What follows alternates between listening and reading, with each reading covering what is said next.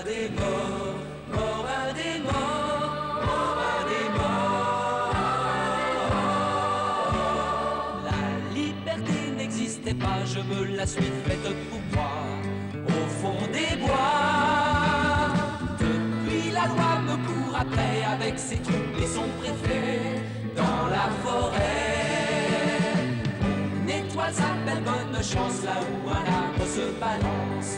Je fais mon toit dans ce pays de Providence sous le beau soleil de Provence. Je suis chez moi, Morin des morts, Morin des morts.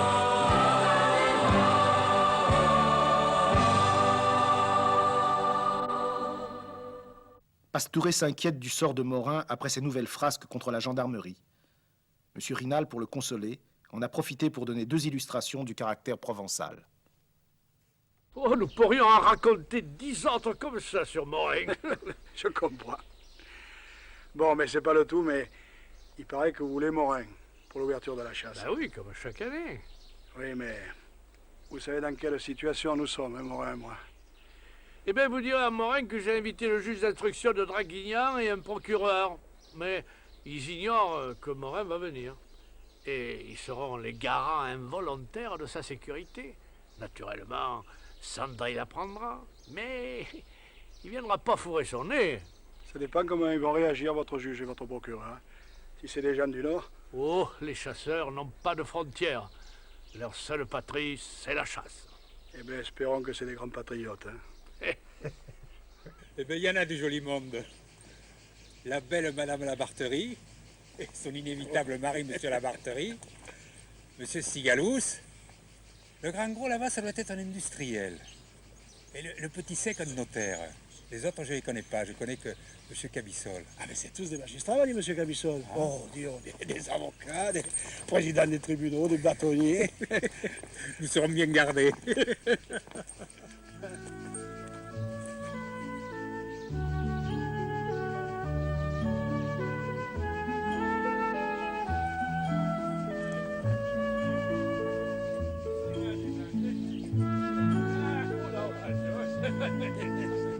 Alors, comment ça va? Ça va? Ça va bien? Madame, messieurs, eh bien, nous mettons en route tout de suite. Pour le lapin, le perdreau et le lièvre, je ne peux pas attendre la chaleur. Vous avez là un bien bon chien, messieurs. Oui, on m'accuse de l'avoir volé. Allons, bon. Eh oui. Allez, je pense que ces crétins de juge de Draguignan m'ont condamné pour ça. Ces crétins, Oui, alors que c'est un chien qui n'arrête pas de me suivre depuis que je l'ai arraché à son maître qui le battait. Ben, il fallait le lui rendre. Ben, je l'ai fait. Mais le chien m'a rejoint à l'auberge des Adrets. Sale endroit, cette auberge. Endroit fameux, monsieur. Il était beaucoup fréquenté par le bandit Gaspard de Besse, que nous adorons en Provence. Pourquoi il volait les riches pour donner aux pauvres? Je ne vois pas ce qu'il y a là d'admirable. Dites, qui c'est ce monsieur vinaigré qui me plaît pas du tout? Eh bien, c'est M. Coudert, le juge d'instruction de Draguignan. Mais dites, c'est dangereux ce genre d'homme. Hé, maître Cabissol. Oui. Quel est ce braconnier qui tient des propos quelque peu subversifs? Il ne me plaît guère. C'est Morin des morts. Diable, c'est dangereux ce genre d'homme. C'est juste ce qu'il vient de me dire. Pardon? Hein? Rien, rien. Morin, c'est le plus honnête homme que je connaisse, monsieur le juge. Chacune de ses incartades est une preuve de sa droiture. Ah oui, c'est le bon sens populaire en personne. Et vous, maître Cabissol, vous êtes un révolutionnaire bourgeois. Eh ben dites, c'est pas un mauvais mélange, ça. Ça a donné 1789. Oui.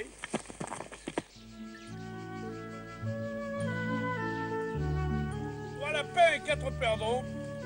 Une catastrophe. Bon, c'est Morin qui les a tués. Monsieur, votre Provence est trop chaude pour moi. C'est bien simple, nous risquons l'insolation. Bon, j'approuve, ce n'est plus une partie de plaisir.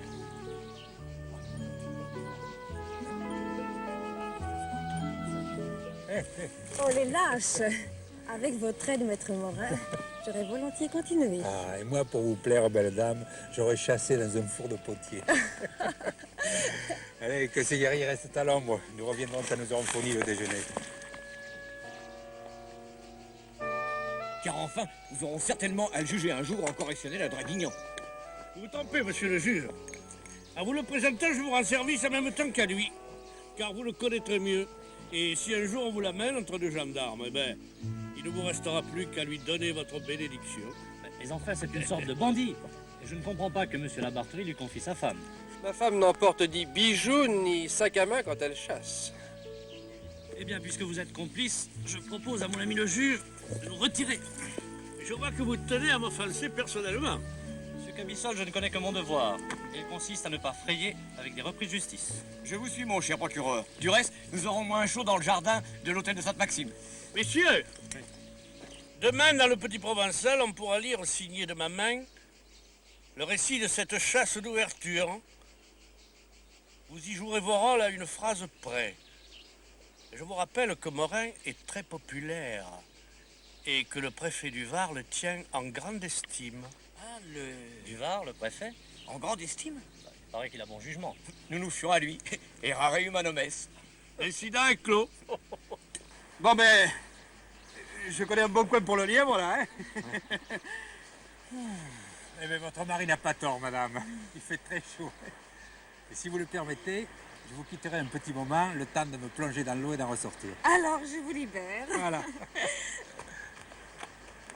Dites, si vous voulez faire comme moi, hein. Oh oui, la bonne idée. Hein? Déshabillons-nous chacun de notre côté. Voilà. Je me demande si ma femme prendra quelque chose. Nous nous rejoindrons dans la vague. C'est-à-dire? Vous savez, quand on a de l'eau jusqu'au cou, on est comme habillé par la mer. Et d'un joli costume puisqu'il est couleur de ciel. Ma foi, vous avez raison. Tout ça me paraît parfaitement correct.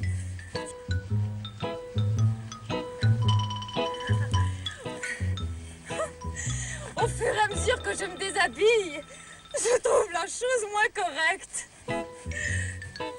Me dites, hé, c'est mieux que correct. C'est pur.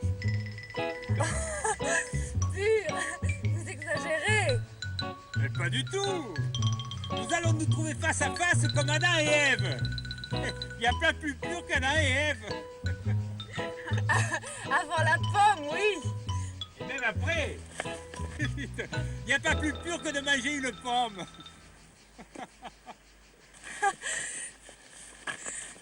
Vous comprenez très bien ce que je veux dire.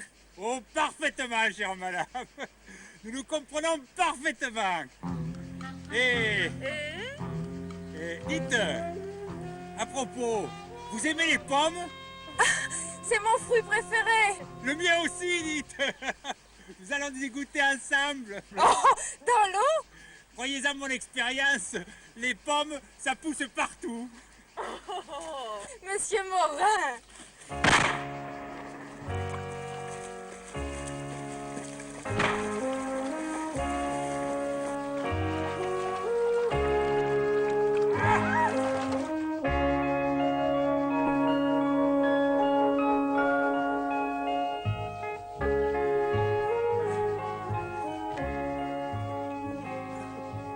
Bravo, ma chère.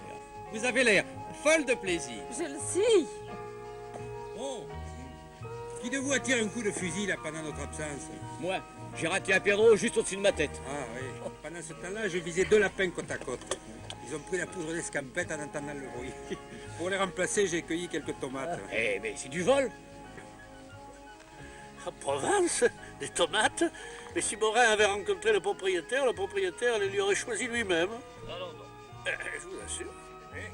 J'aurais pas dû vous dire comment je les avais vus. Vous les auriez mangés sans remords. Mais c'est vrai que vous êtes un homme dangereux. Moi? Eh oui, là, tout de suite, boum, c'est du vol. Et je ne suis dangereux que pour les mauvaises consciences. Mais vous êtes dangereux pour toutes les consciences. Un ange, contre qui on lance un mandat d'arrêt, il est compromis de réputation. Même innocent, il n'aura plus les ailes aussi blanches en retournant du commissariat. Et les coupables risquent jamais rien, mais les innocents, ils laissent toujours des plumes. Eh oui, c'est à cause de ce raisonnement que Morin ne s'est pas constitué prisonnier. Pour se défendre de ce dont on l'accuse. Eh, pardi, je me méfie de ces gens-là. Ils ont lu trop de livres. Ils sont pas assez près du peuple, ils parlent pas la même langue. Ils sont trop secs et pètent sec. Moi, à votre place, je jugerais avec ça et avec ça. Je ne sais pas si je me fais bien comprendre. Bah, nous serons indulgents. Venez nous voir dès votre premier délit. Oh, c'est à vous pousser à faire le mal. Ah, madame, je vous invite à me consulter dès votre premier adultère. Je préfère le faire constater légalement. Ah, l'innocente. Et aujourd'hui même, il est encadré par toute la fine fleur de la magistrature. Il a des juges dans sa manche. Il en a partout. Il en dégouline. Tu vois, Gondard, pour posséder cet homme et mettre tout le pays à notre bord, il faudrait qu'il commette un vrai crime. Patent. Voilà le mot, patent. Sans ça, même les arbres, même les pierres le protégeront. Tiens, celle-là, elle le protège. Il se protège bien tout seul. Et s'il le fallait, c'est plutôt lui qui me protégerait. Tu as besoin d'être protégé, toi? Contre des hommes comme vous, oui. La façon dont vous traitez les femmes. Parce que Morin, il est correct avec les femmes, lui. Il a la manière. Tu es à lui? Non. Et ça me déplairait pas. Tonia, la fille d'un garde. Il préférait un bandit à un gendarme. Et ils se rencontrent partout. Chez lui, dans la cabane de Saunier, ici, là, dans la pièce à côté. Et c'est celle-là qui fait le guet. Je pense à ce que tu as dit, là. Un bon scandale autour de Morin. Mais pas tant, Gondard. Évident. Évident. Énorme. Et personne pour le prévenir du danger. Personne pour faire le guet. Et tout pour l'accuser. Et tout pour le perdre dans l'esprit de Tonia. Jalouse, elle est capable de le poignarder. Fous le camp, toi, on parle entre hommes.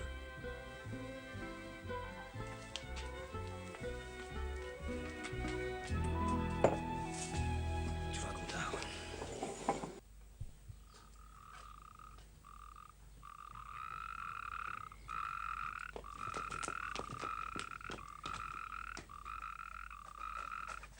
Oh, monsieur Morin!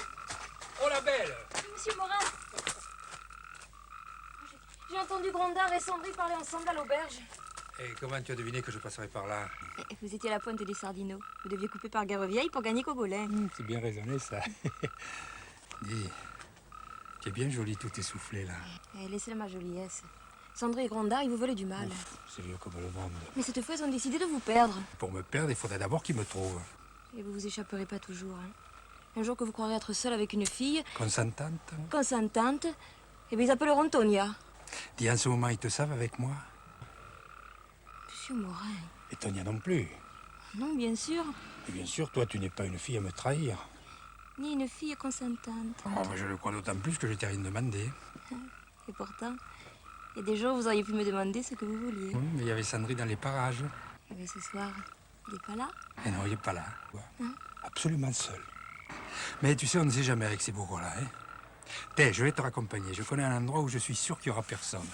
Vous avez passé une bonne journée, monsieur Morin. Excellente. Viens, la vie est belle. Je suis varois, je suis gaulois, je vis en marge de la loi. Comme un renard, accouché dans le même lit, ils m'ont appris à être aussi un peu panda. On me surnomme Morin des morts, mais je ne vis pas comme un mort, qu'aucun de sort. Et si je dois finir un jour, ce qui me perdra sans retour sera l'amour, Morin des morts.